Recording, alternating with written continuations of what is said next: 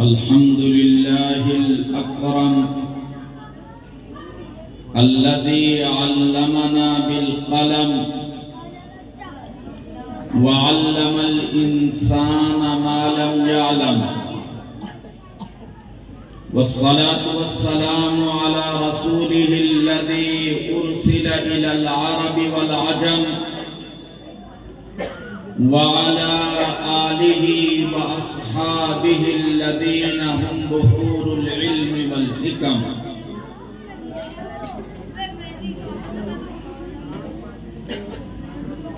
أما بعد فأعوذ بالله من الشيطان الرجيم. بسم الله الرحمن الرحيم.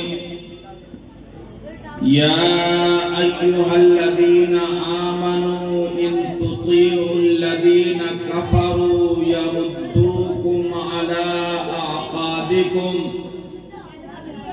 فتنقلبوا خاسرين، بل الله مولاكم وهو خير الناصرين. وقال سيدنا وحبيبنا محمد صلى الله عليه وسلم: الماهر بالقرآن مع السفرة الكرام البررة.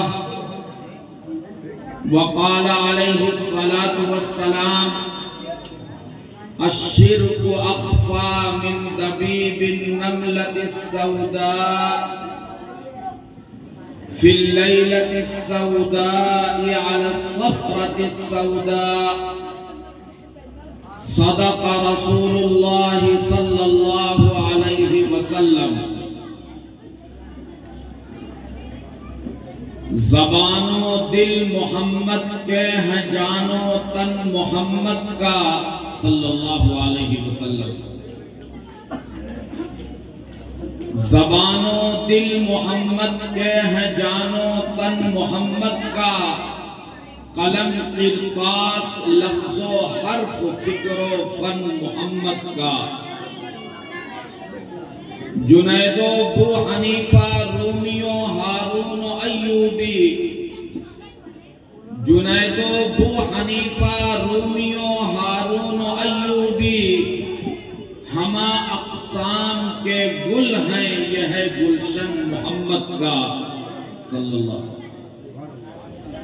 غموں کی آزمائش ہو، خوشی کی شادمانی ہو.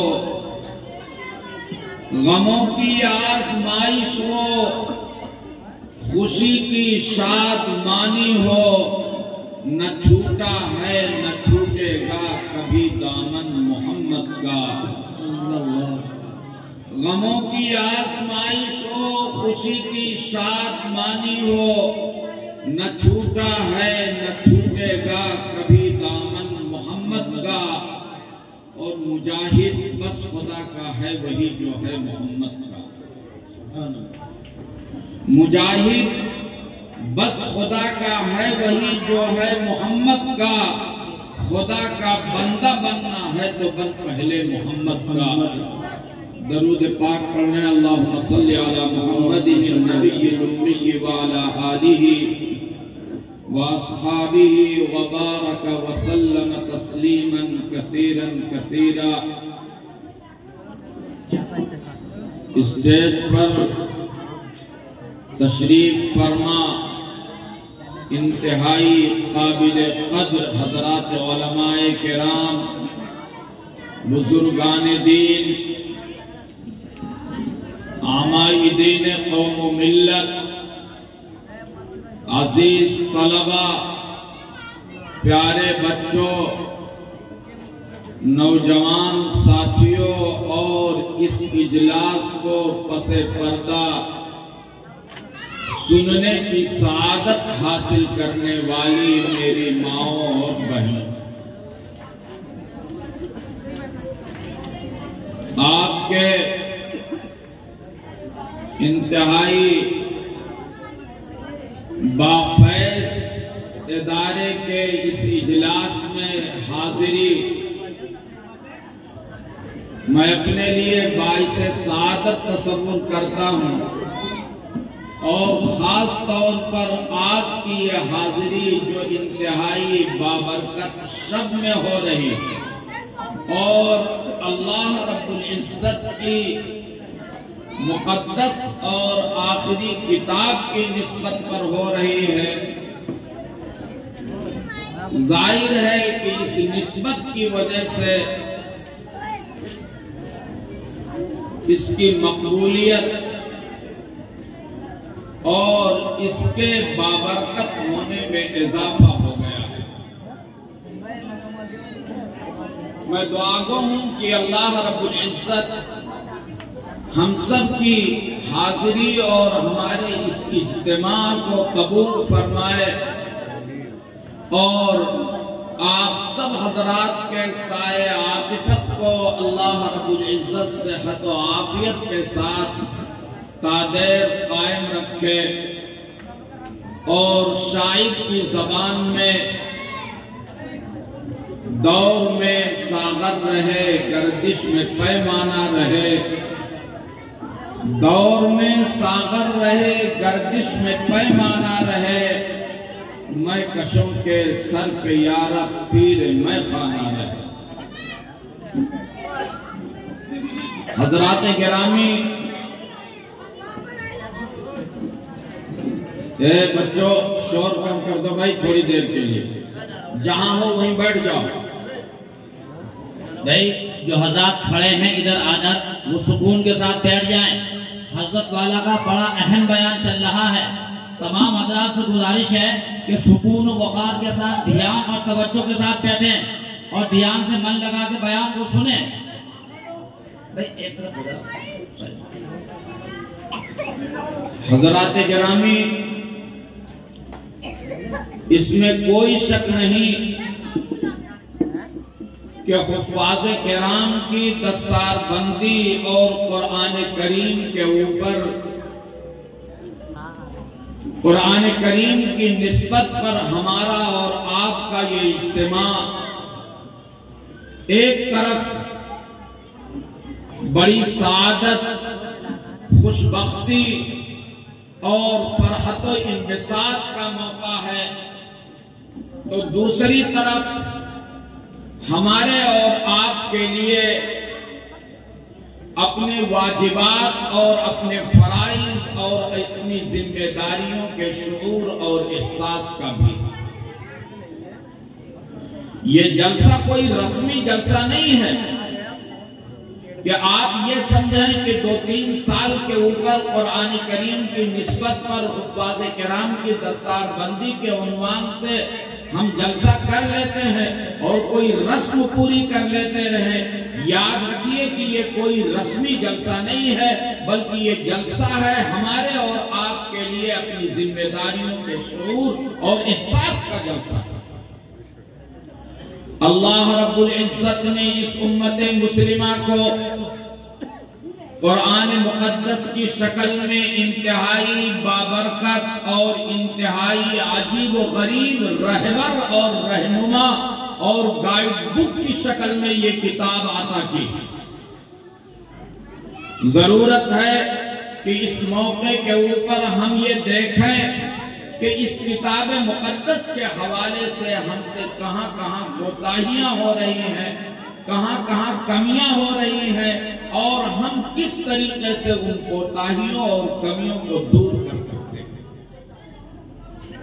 ہم اپنا احتساب کریں، اپنا جائزہ لیں اور سوچیں کہ اس کتاب مقدس کا حق ہم ادا کر رہے ہیں یا نہیں کر رہے ہیں۔ اگر نہیں کر رہے ہیں تو ہماری وہ کیا ذمہ داریاں ہیں جن ذمہ داریوں کو ہمیں اور آپ کو ادا کرنا ہے۔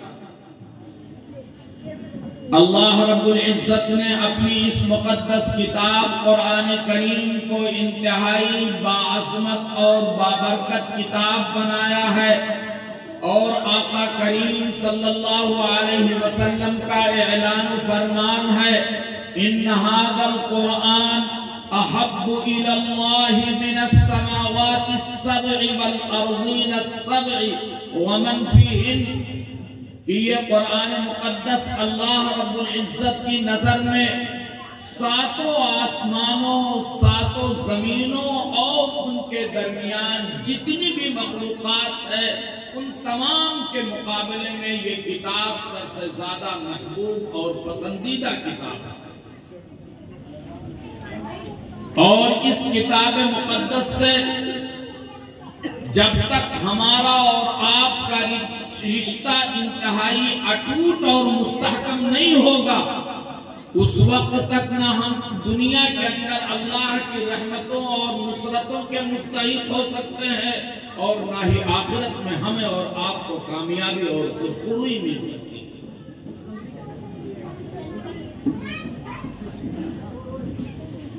یہ رشتہ ایک طرف عقیدے اور فکر کا رشتہ ہے، تلاوت کا رشتہ ہے، قرآن کریم کی تفہیم کا رشتہ ہے، عمل کا رشتہ ہے، اتباع کا رشتہ ہے، اور اس قرآن کریم کو اچھی طریقے سے پڑھنے اور اس قرآن کریم کے حق ادا کرنے کا رشتہ ہے۔ اور جب تک ان تمام رشتوں سے ہمارا اور آپ کا تعلق مضبوط نہیں ہوگا قرآن کریم سے، یاد رہے کہ اس وقت تک ہم قرآن کریم کا حق ادا نہیں کر سکتے۔ ایک طرف اللہ رب العزت نے ہمیں اور آپ کو اپنی مقدس کتاب پر ایمان کی دولت سے مالا مال فرمایا، اس پر جس قدر بھی شکر ادا کیا جائے کم ہے۔ دوسری طرف تلاوت کا اہتمام، سچی عظمت اپنے دلوں کے اندر پیدا کرنے کا جذبہ، قرآن کریم کو سمجھنے کی فکر، قرآن کریم پر عمل کرنے کی فکر، اور قرآن کریم کی تعلیمات سے اپنے آپ کو، اپنی اولاد کو، اپنے رشتہ داروں کو وابستہ کرنے کی فکر، اور اس سے بڑھ کر کے یوں کہیے کہ قرآن کریم کے پیغام کو پوری انسانیت تک اولین ترجیح کے ساتھ، سچے جذبے کے ساتھ پوری دنیا تک قرآن کریم کے پیغامات کو پہنچانا، یہ وہ ذمہ داریاں ہیں جو ہمارے اور آپ کے اوپر اللہ رب العزت کی طرف سے، جس دین کے ہم حامل ہیں اس دین متین کی طرف سے، اور جس نبی آخر الزمان علیہ الصلوۃ والتسلیم کے ہم امتی اور پیروکار اور غلام ہیں، اس نبی آخر الزمان صلی اللہ علیہ وسلم کی طرف سے ہمارے اوپر یہ ذمہ داریاں عائد کی گئی ہیں اور ڈالی گئی ہیں۔ یہ آقا کا صدقہ ہے، جو کچھ ہمیں ملا یہ جناب نبی کریم صلی اللہ علیہ وسلم کا صدقہ ہے، اور جو ملے گا وہ بھی آپ کے صدقے سے ملے گا۔ علامہ اقبال نے بہت پہلے کہہ دیا تھا، ہونا یہ پھول تو بلبل کا ترنم بھی نہ ہو۔ پھول سے مراد آپ صلی اللہ علیہ وسلم، ہونا یہ پھول تو بلبل کا ترنم بھی نہ ہو، زمن دہر میں کلیوں کا تبسم بھی نہ ہونا یہ میں تو پھر ساقی بھی نہ ہو، خم نہ ہو، بس میں توحید بھی دنیا میں نہ ہو، تم بھی نہ ہو۔ یہ آپ کا صدقہ ہے۔ اس قرآن کریم کے حق کو ادا کرنا ہماری اور آپ کی ذمہ داری ہے۔ یاد رہے کہ اگر قرآن کریم کا حق ادا نہیں کیا جائے گا، اس کی تعلیم کے لحاظ سے، اس پر عمل کے لحاظ سے، اس کی اشاعت کے لحاظ سے، اس کی عظمت کے لحاظ سے، تو آپ نے بار بار پڑھا ہوگا اور بار بار آپ نے علماء کی زبانی یہ بات سنی ہوگی کہ انسان جب کوئی گناہ کرتا ہے تو ایک سیاہ نقطہ اس کے دل پر لگ جاتا ہے۔ اگر بندہ اس گناہ سے توبہ کر لیتا ہے تو وہ سیاہ دھبا مٹ جاتا ہے، اور اگر گناہوں کے اوپر گناہ کرتا رہتا ہے تو وہ دھبا بڑھتا رہتا ہے یہاں تک کہ پورا دل سیاہ اور زنگ آلود ہو جاتا ہے۔ فرمایا نبی آخر الزمان محمد عربی صلی اللہ علیہ وسلم نے، ان هذه القلوب تسطع کما یسطع الحدید اذا اصابہ الماء. آپ کا فرمان، میں آپ کو کوئی قصے اور کہانی نہیں سنا رہا ہوں، اور نہ میرے پاس اتنا موقع ہے کہ قصے اور کہانی سن کر کے وقت کو گزار دیا جائے. یہ آپ کا ارشاد سنا رہا ہوں، اور یوں سمجھو کہ انہی کی محفل سجا رہا ہوں، چراغ میرا ہے رات ان کی. انہی کی محفل سجا رہا ہوں، چراغ میرا ہے رات ان کی. انہی کے مطلب کے کہہ رہا ہوں، زبان میری ہے بات ان کی. زبان میری ہے، مگر فرمان آقا نامدار محمد عربی صلی اللہ علیہ وسلم کا ہے. فرمایا آپ صلی اللہ علیہ وسلم نے ان هذه القلوب تسطع كما يسطع الحديد اذا اصابه الماء. آپ نے فرمایا کہ انسان کے دلوں کے اوپر ایسے ہی سنگ لگ جاتا ہے جیسے لوہے کے اوپر سنگ لگ جائے. حضرات صحابہ کرام نے عرض کیا کہ اللہ کے رسول اگر دلوں کے اوپر سنگ لگ جائے تو اس دل کے سنگ کو کیسے دور کیا جائے؟ تو جناب نبی کریم صلی اللہ علیہ وسلم نے دو عمل کی طرف اشارہ کیا. آپ نے دو عمل کی طرف اشارہ کیا. سب سے پہلا عمل آپ نے یہ بتلایا کہ اگر واقعی میرے امتی اور وہ سارے اللہ کے بندے جن کا ایمان ہے اللہ پر، اللہ کے رسول پر، اللہ کی کتاب پر، اللہ کے فرشتوں پر، حساب اور کتاب، پل صراط اور جنت اور جہنم پر جن کا ایمان ہے، وہ کان لگا کر کے سن لیں. اگر کوئی بھی میرا امتی یہ چاہتا ہے کہ اس کے دل کے سنگ دور ہو جائے تو پہلا عمل آپ نے فرمایا اکثروا ذکر ہادم اللذات، کہ موت کو کثرت سے یاد کیا. موت کو یاد کرو گے، قبر کی تنہائی کو یاد کرو گے، تمہارے دلوں کے اندر اللہ رب العزت کے سامنے جواب دہی کا احساس پیدا ہوگا. اور جب انسان کے دل میں جواب دہی کا احساس پیدا ہو جائے اور کسی انسان کے دل میں خدا کا خوف پیدا ہو جائے تو اس کا اثر یہ نکلتا ہے کہ بندہ اللہ کی بندے کی طرف اللہ کی رحمت متوجہ ہوتی ہے اور بندہ گناہوں سے بچ جائے. بغیر خدا کے خوف کے نہ تو انسان گناہوں سے بچ سکتا ہے اور نہ ہی اس کے دل کا زنگ دور ہو سکتا ہے. مجھے یہ بتلانے کی ضرورت نہیں ہے کہ ہمارے اور آپ کے آقا محمد عربی صلی اللہ علیہ وسلم کی بعثت جس ماحول کے اندر ہوئی تھی وہ برائیوں سے بھرا ہوا ماحول تھا، پراگندا ماحول تھا، ظلم اور ستم سے بھرا ہوا پورا معاشرہ تھا. نبی کریم صلی اللہ علیہ وسلم نے اس پورے معاشرے کو جب پاک کرنے کا ارادہ کیا، ان کو جرائم سے پاک کرنے کا ارادہ کیا، تو آج کی طرح نہیں، آج کی حکومتوں کی طرح نہیں. آج بھی دنیا کی حکومتیں یہ چاہتی ہیں کہ جرائم کا خاتمہ ہو اور اس کے لیے سی سی ٹی وی کیمرے لگائے جاتے ہیں، جگہ جگہ پولیس اسٹیشن قائم کیے جاتے ہیں اور 100 اور 112 نمبر کی گاڑیاں ایجاد کی جاتی ہیں. اگر لوگوں سے پوچھا جائے کہ یہ سارا کھیل کیوں ہو رہا ہے تو جواب دیا جاتا ہے یہ سب اس لیے ہو رہا ہے تاکہ مجرم جنگ پکڑ میں آ جائے اور دنیا سے جرائم کا خاتمہ ہو جائے. مگر ہم یہ دیکھتے ہیں کہ جتنے آلات ایجاد ہو رہے ہیں، جتنے پولیس اسٹیشن قائم کیے جا رہے ہیں، جرائم اور بھی بڑھتے جا رہے ہیں. دنیا والے اگر اس بات میں مخلص ہیں کہ دنیا سے جرائم کا خاتمہ ہو اور حکومتیں واقعی یہ چاہتی ہیں کہ اس دنیا سے جرائم کا خاتمہ ہو تو ان حکومتوں کو ان اصولوں کی طرف آنا پڑے گا، اس قانون کی طرف آنا پڑے گا، اس طرز کی طرف آنا پڑے گا جو طرز ہمارے اور آپ کے آقا محمد عربی صلی اللہ علیہ وسلم نے اپنایا. تب جا کر کے جرائم کا خاتمہ ہوگا. میرے آقا جس ماحول میں پیدا ہوئے تھے وہ ماحول بڑا پراگندہ ماحول تھا، لیکن کوئی سی سی ٹی وی کیمرہ نہیں لگایا گیا. دنیا ظاہر پر توجہ دیتی ہے اور ہمارے اور آپ کے آقا نے باطن پر توجہ دی. آپ نے پہلے دلوں کو پاک کیا، ان دلوں کے اندر خدا کا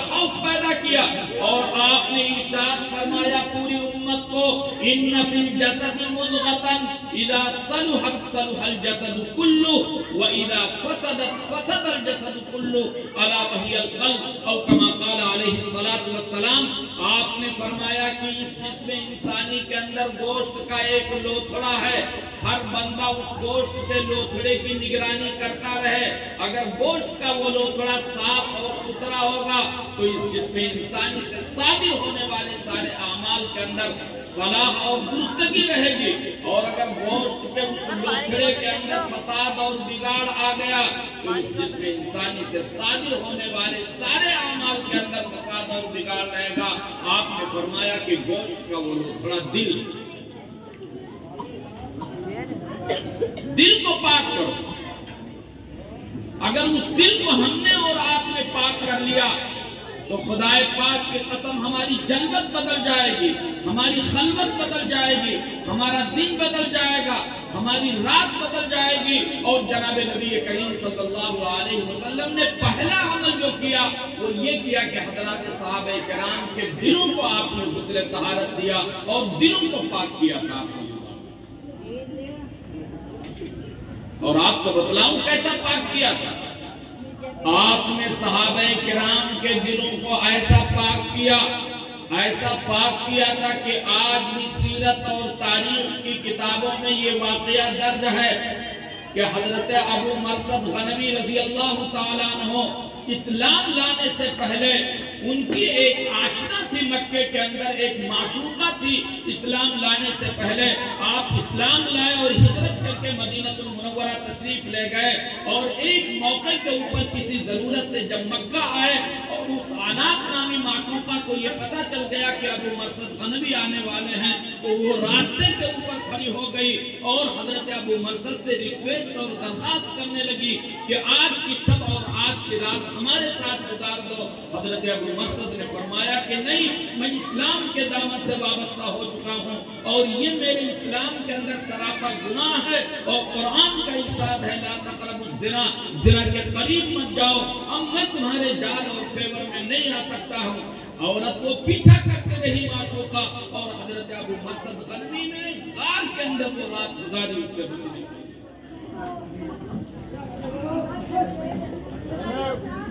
یہ بات کیا تھی؟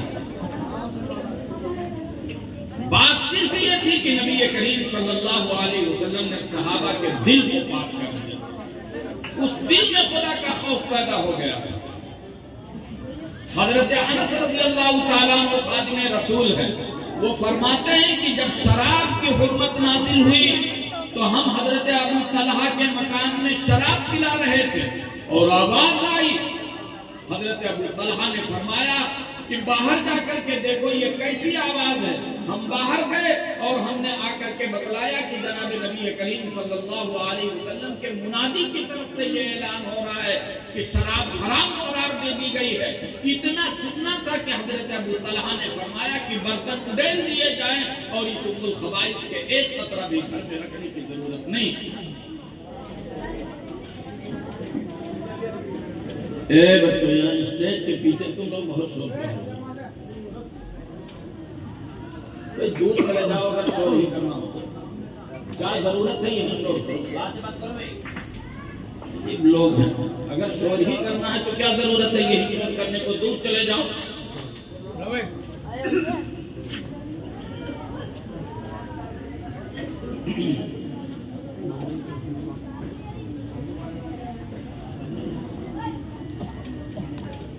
ہم اور آپ ہوتے ہیں, ہمارے اور آپ کے دل ہیں. جب ہم کوئی تقریر سنتے ہیں, کوئی بات سنتے ہیں, تو ہمارا اور آپ کا حال کیا ہوتا ہے کہ فوراً شیطان ہمارے پاس آ جاتا ہے. اگر کسی کی تقریر اثر انداز ہوئی اور دل میں یہ خیال پیدا ہوا کہ ہم آج سے جماعت سے نماز کی پابندی کریں گے, تو فوراً شیطان آ جاتا ہے اور کہتا ہے کہ جمعہ سے پابندی کیجیے. آتا ہے کہ نہیں آتا؟ کیوں؟ اس لیے کہ ہمارا دل پاک ہے. علماء نے بڑی اچھی بات لکھی ہے کہ صاف اور پاک دل انسان اگر لندن اور پیرس کی بازاروں میں بھی چلے گا تو اگر اس کا دل پاک ہوگا اور اس کے دلوں میں خدا کا خوف ہوگا تو یہ نگاہیں غلط نہیں اٹھ سکتی. اور اگر دل ہی ناپاک ہے تو مکے اور مدینے سے واپس آ کر کے حاجی جو مکے سے حج کر کے آتا ہے اگر دل ناپاک ہے تو یہاں آ کر کے بھی وہ اپنے بھائی کی زمین کو غصب کرنے میں پیچھے نہیں رہے. بے شک بے شک. کیوں؟ اس لیے کہ دل نہیں پاک. جب اس دل کے اندر خدا کا خوف ہوتا ہے تب جا کر کے انسان گناہوں سے بچتا ہے.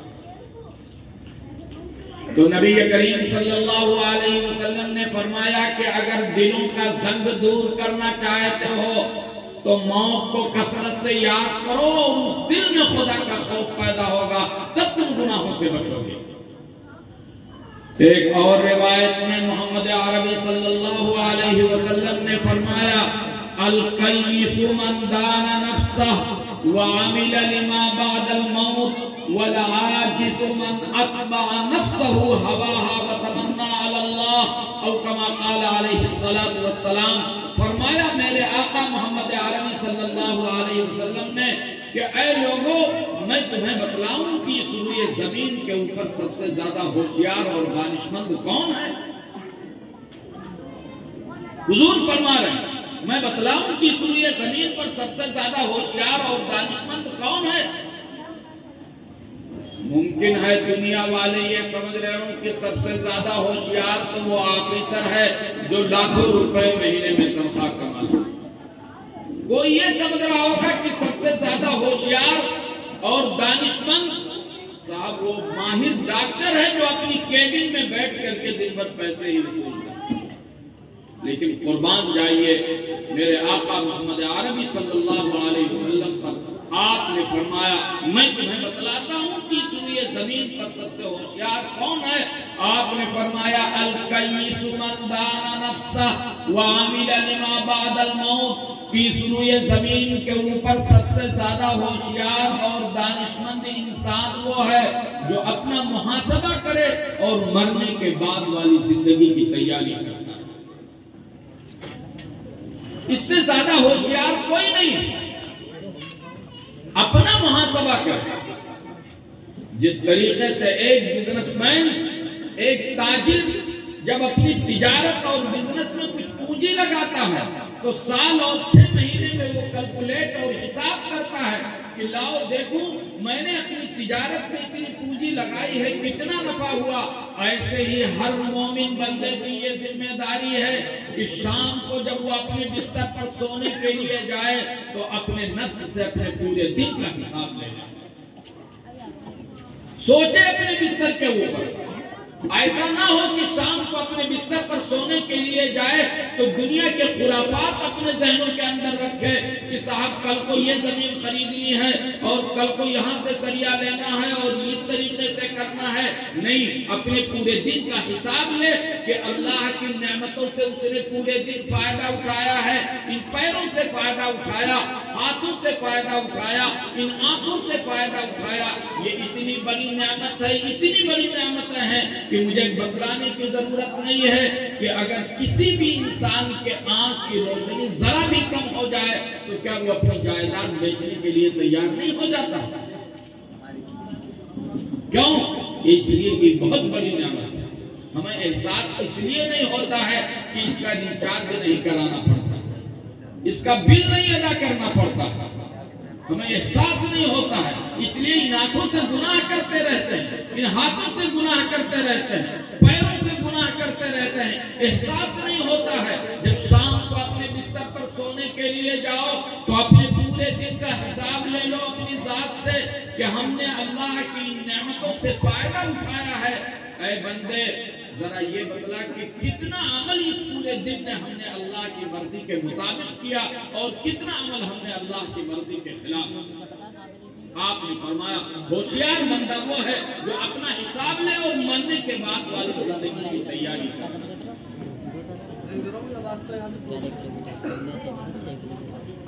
دوسرا عمل بتلایا میرے آقا محمد عربی صلی اللہ علیہ وسلم نے کہ اگر دلوں کا زنگ دور کرنا چاہتے ہو تو آپ نے فرمایا کہ کثرت کے ساتھ قرآن کریم کی تلاوت کیا. قرآن کریم کی تلاوت کرو گے دلوں کا زنگ دور ہوتا چلا جائے گا. اس کی برکتیں دیکھو گے، اپنے جسموں پر اس کی برکتیں دیکھو گے، اپنے گھروں میں اس کی برکتیں دیکھو گے، مگر قرآن کریم کی تلاوت پابندی سے. یہ ایک طویل مجمع بیٹھا ہے، آپ میں سے ہر شخص، ہم میں سے ہر شخص غور کرے. کیا یہ افسوس کا مقام نہیں ہے کہ ہمارے پاس ہماری بزنس اور تجارت کے لیے وقت ہے، ہمارے پاس زراعت کے لیے وقت ہے، ہمارے پاس مکانات کی تعمیر کے لیے وقت ہے، ہمارے پاس لڑکے اور لڑکیوں کی شادی کے لیے وقت ہے، ہمارے پاس کورٹ اور کچہری کے لیے وقت ہے.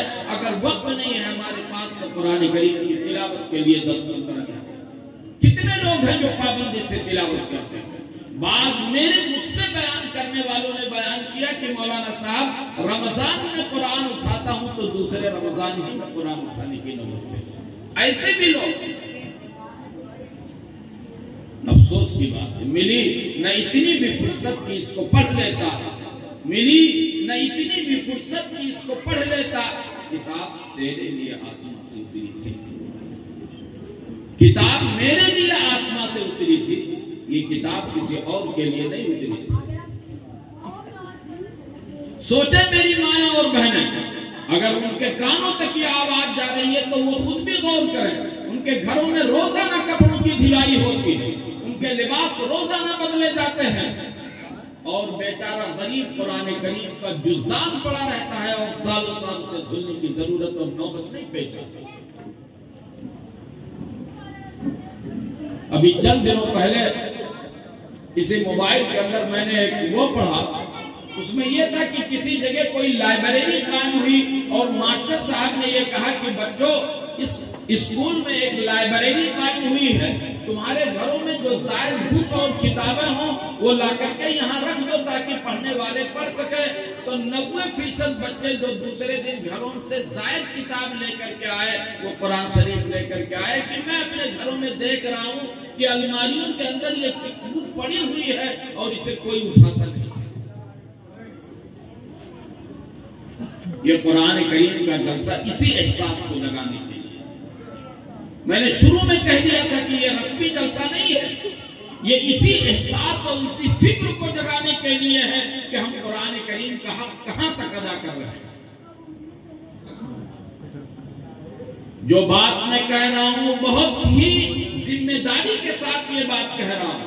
علماء نے لکھا ہے کہ طوفان باد و بارہ سے قوموں کو اتنا نقصان نہیں پہنچتا ہے جتنا نقصان قوموں کو اس وقت پہنچتا ہے جب صحیح شعور اور صحیح فکر ان کے اندر سے ختم ہو جائے. زلزلے آ جائیں، آندھیاں آ جائیں، مکانات گر پڑے، لوگ مر جائیں، قوموں کو اتنا نقصان نہیں پہنچتا ہے. لیکن اگر قوموں کے اندر سے صحیح احساس اور فکر ختم ہو جائے تو قوموں کو زیادہ نقصان پہنچتا ہے. علامہ نے کہا تھا قوت فکر و عمل پہلے فنا ہوتی ہے پھر کسی قوم کی شوکت پہ زوال آتا ہے. صحیح فکر پیدا کیجیے، احساس جگائیے میرے محترم بزرگوں اور دوستوں، اور سوچئے آج دنیا کے اندر اس ہندوستان ہی میں نہیں بلکہ دنیا کے اندر جہاں بھی مسلمان ہیں، چاہے وہ غالب پوزیشن میں ہو یا مغلوب پوزیشن میں، طاقتور صورتحال میں ہو یا کمزور صورتحال میں، سب کے سامنے چیلنجوں کا سامنا ہے. اور سب سے بڑا چیلنج اس وقت جو ہمارے سامنے ہے اور خاص طور پر یہ خدام دین کے سامنے جو سب سے بڑا چیلنج ہے وہ چیلنج ہے اپنی نسلوں کے ایمان اور یقین کے تحفظ کا چیلنج. باطل دندنا رہا ہے اور طاغوتی طاقتیں اپنے لاؤ لشکر کے ساتھ ہمارے مقابلے میں ہیں. انہیں ہمارے ایمان سے، انہیں ہمارے اعمال سے لینا دینا نہیں ہے. ان کا نشانہ ہماری عبادتیں نہیں ہیں بلکہ ان کا نشانہ وہ روح اور اسپرٹ ہے جو ہمیں اور آپ کو اعمال کی طرف متوجہ کرتے ہیں. انہوں نے ٹارگٹ بنا رکھا ہے ہمارے ایمان کو اور انہوں نے ہدف بنا رکھا ہے ہمارے ایمان اور یقین کو. وہ چاہتے ہیں ہمارے تشخص اور ہمارے امتیاز کو سلب کر لیں. یہ موقع بڑی دانشمندی اور بڑے غور و فکر کرنے کا موقع ہے، بڑی بیداری کی ضرورت ہے.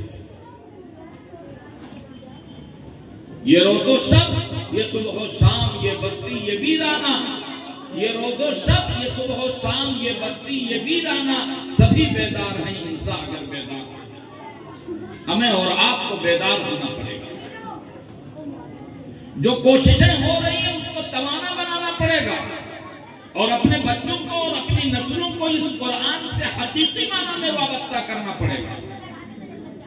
اور حقیقی معنی میں وابستہ کرنے کا مطلب یہ ہے کہ ان کے دلوں میں قرآن کی محبت ڈال دی جائے، اور یہ چیز اسی وقت ہوگی جب ان چٹائیوں کے اوپر بیٹھنے والے حضرات علماء کرام کے سامنے سے آپ اپنے بچوں کو گزاریں گے۔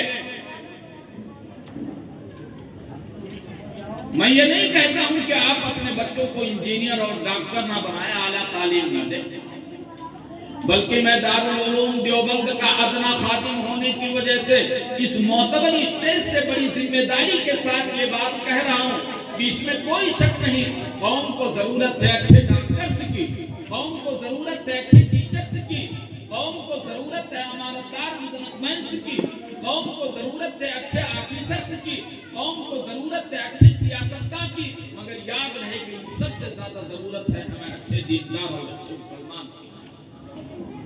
آپ کا بیٹا ڈاکٹر ہو بہت اچھا، آپ کا بیٹا انجینئر ہو بہت اچھا، آپ کا بیٹا ٹیچر ہو بہت اچھا، لیکن ان علماء کے سامنے سے انہیں گزار کر کے صحیح قرآن پڑھا دیجئے، ان علماء کے سامنے سے گزار کر کے ان کے دلوں کے اندر دین کی محبت اس طریقے سے راسخ کر دیجئے کہ زندگی کے جس محکمے کے اندر رہیں سچے اور پکے اور دیندار بن کر کے رہیں، تبھی آنے والی نسلوں کا ایمان باقی رہ سکتا ہے۔ اور اگر آپ نے بڑی اعلیٰ تعلیم دے دی مگر آپ کے مرنے کے بعد صحیح قرآن کریم پڑھ کر کے آپ کا پیارا بچہ آپ کے حق میں ایصال ثواب نہیں کر سکتا ہے تو آپ نے اس کی دنیا تو بنا دی مگر آپ کے آخرت میں کوئی فکر نہیں کی، جبکہ قرآن ہمیں حکم دیتا ہے یا ایھا الذین آمنوا قوا انفسکم واہلیکم نارا۔ جب بھی قرآن یا ایھا الذین آمنوا سے خطاب کرتا ہے تو اس کے مخاطب صرف حضرت ابوبکر عمر نہیں ہے، حضرت عثمان اور علی ہی صرف نہیں ہے رضوان اللہ علیہ اجمعین، بلکہ اس کے مخاطب وہ بھی تھے، اس کے مخاطب ہم بھی ہیں، اور قیامت تک آنے والی پوری امت مسلمہ اس کی مخاطب رہے گی۔ ہم ہی سے کہا جا رہا ہے کہ خود بھی بچو اور اپنے اولاد کو بچاؤ جہنم کی اس آگ سے جس کے ایندھن انسان اور پتھر کا۔ کیا یہ ہماری ذمہ داری نہیں ہے کہ ہم اپنے بچوں کو جسمانی راحت پہنچانے کی پوری فکر کرتے ہیں؟ انہیں گرمی لگتی ہے تو ان کے لیے پنکھے کا انتظام کرتے ہیں، اور وسعت ہوتی ہے تو کولر کا انتظام کرتے ہیں، اور وسعت ہوتی ہے تو ان کے لیے اے سی کا انتظام کرتے ہیں، اور مقصد صرف یہ ہوتا ہے کہ میرے بچے کو کوئی جسمانی تکلیف نہ ہو۔ میرے محترم بزرگوں اور دوستوں، جسمانی راحت پہنچانے کے لیے ہم پوری فکر کریں اور روحانی اور اخروی راحت پہنچانے کی ہم فکر نہ کریں، یہ کہاں کی دانش ہے؟ اس لیے اس مسئلے کو حساسیت کے ساتھ لینا پڑے گا، صحیح فکر کے ساتھ لینا پڑے گا، اور یاد رہے کہ یہ صحیح شعور، صحیح فکر اور ایمان کی پختگی انہی مکاتب اور مدارس سے ملتی ہے۔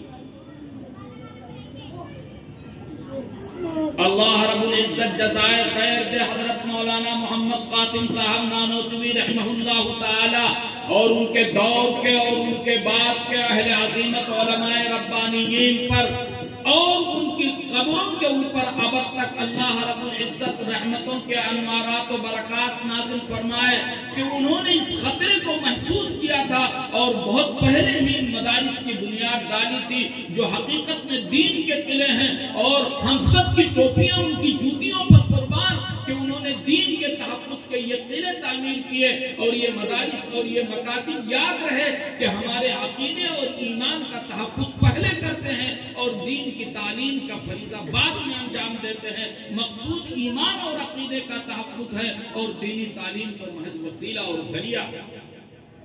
یہ ایمان کے قلعے ہیں، یہ ہمارے بچوں کے ایمان اور یقین کو باقی رکھنے والے ہیں، اور بڑی ہی ذمہ داری کے ساتھ یہ بات کہی جاتی ہے کہ اگر آج بھی ہماری زبانوں پر جو لا الہ الا اللہ اور محمد الرسول اللہ زلزلہ کی صدا ہے اور ہمارے گھروں سے جو تلاوت قرآن کی آواز آ رہی ہے اور ہمارے سروں کے اوپر جو ٹوپیاں اور چہروں پر داڑھیاں نظر آ رہی ہے، خدا پاک کی قسم انہیں مدارس اور مکاتب اور مساجد کر سکتا ہے، ورنہ باطل دندنا رہا ہے۔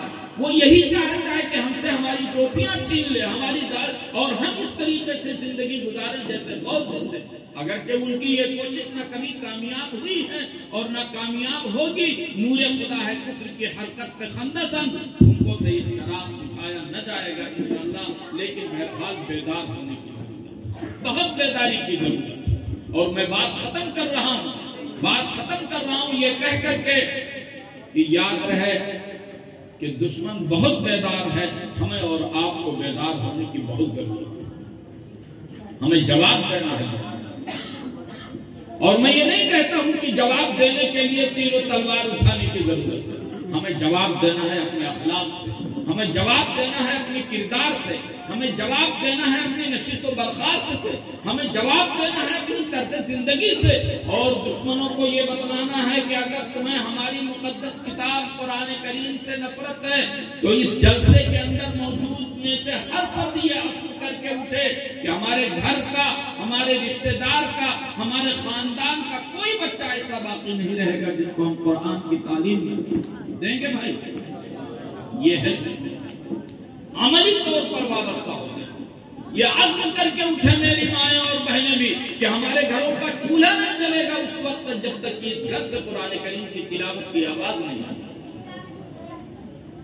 یہ جلسے اسی پیغام کو بتلانے کے لیے، اگر دشمنان اسلام کو ہمارے لباس سے نفرت ہے تو اسلامی لباس پہن کر کے دکھلائیے، اگر دشمنان اسلام کو ہماری داڑھیوں سے نفرت ہے تو اگر واقعی آپ سچے عاشق ہیں جناب نبی کریم صلی اللہ علیہ وسلم کے تو یہ عزم کر کے اٹھیے کہ ہم جناب نبی کریم صلی اللہ علیہ وسلم کی سنت کو اپنے چہرے پر سجائیں گے۔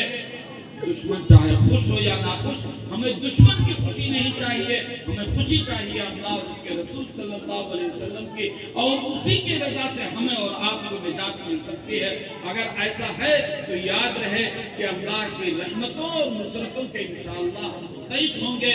فضائے بدر پیدا کر فرشتے تیری نصرت کو، فضائے بدر پیدا کر فرشتے تیری نصرت کو اتر سکتے ہیں گردوں سے قطار اندر قطار۔ اب بھی میں آخر میں اپنے ان بچوں کو مبارکباد پیش کر رہا ہوں، ان کے والدین کو، ان کے بھائیوں کو، ان کی بہنوں کو، ان کے اہل خانہ کو اور ان کے اساتذہ کرام کو جنہوں نے ان بچوں کے اوپر محنت کی، انہیں حافظ قرآن بنایا۔